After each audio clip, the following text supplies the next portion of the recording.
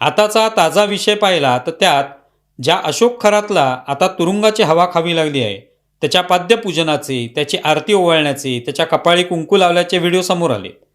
त्यातून लोकांना लक्षात आले की चाकणकर जे ब्रह्मज्ञान लोकांना देत आहेत ते केवळ भूलभुलैया आहे. वास्तवात चाकणकर यांना सगळ्या प्रथा परंपरा पाळाव्याशा वाटतात. त्यात कुठेही संविधानाचा संबंध येत नाही. त्या अशोक खरातला गुरु मानत असत, पण लोकांनी कुठल्या देवाला मानू नये, त्याच्या श्रद्धेपोटी पोथी वाचू नये अशी चाकणकरांची धारणा होती.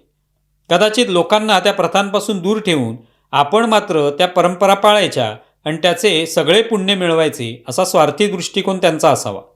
याच दुटप्पी दृष्टिकोनामुळे चाकणकरांचा गेम झाला. गेल्या काही वर्षात आपण पाहिले की हिंदुत्वाची टिंगल उडवायची, स्वतःला देवाचा बाप असल्याचं सांगायचं, संकष्टीत मटण खात असल्याचा अभिमान बाळगायचा, हिंदू सणात सहभागी झाल्याचे फोटो टाकायचे नाहीत, पण इफ्तारमध्ये सहभागी झाले की आवर्जून सर्व धर्मसमभावासाठी फोटो टाकण्याची घाई करायची. हे तंत्र आता लोकांना पाठ झाले. आताच गुढीपाडवा साजरा झाला. त्यानिमित्त काही डाव्या पुरोगाम्यांनी मराठी भाषेला वाचवण्यासाठी एक शोभायात्रा काढली. निमित्त गुढीपाडव्याचं होतं, पण गुढी, भगवा ध्वज, त्यात हिंदुत्वाची कोणतीही ओळख दिसणार नाही याची काळजी या मंडळींनी आवर्जून घेतली.